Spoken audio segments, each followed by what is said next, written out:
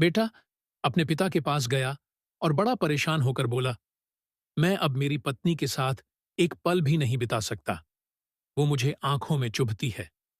कभी कभी मुझे लगता है कि मैं उसकी जान ही ले लूं, लेकिन मैं जानता हूं ऐसा करके मैं और ज्यादा मुसीबत मोल ले लूंगा। पिताजी, मैं आपके पास आया हूं, अब आप ही मुझे कोई रास्ता बताइए। पिता ने एक गहरी सांस भरी और बोले, देख बेटा, मैं तुम्हें तुम्हारी पत्नी से छुटकारा दिला सकता हूं। मेरे पास एक धीमा जहर है जो व्यक्ति को धीरे धीरे खत्म करता है। मैं तुम्हें वो देने के लिए तैयार हूं, बस तुम्हें मेरी एक शर्त माननी होगी। दरअसल ये शर्त भी तुम्हारे भले के लिए ही है।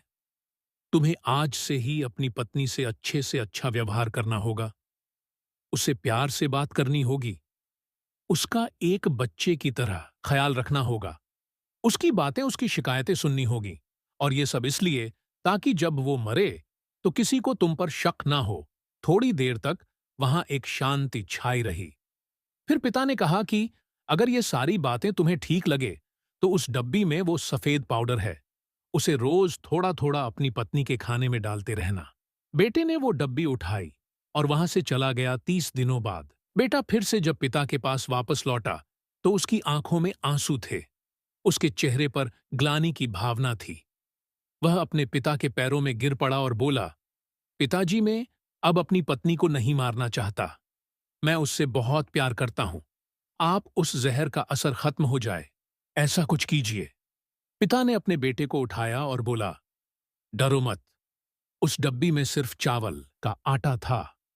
असली जहर तो तुम्हारे मन में था, और मैंने जो तुम्हें शर्तें बताई थीं वो उस जहर का तोड़ था।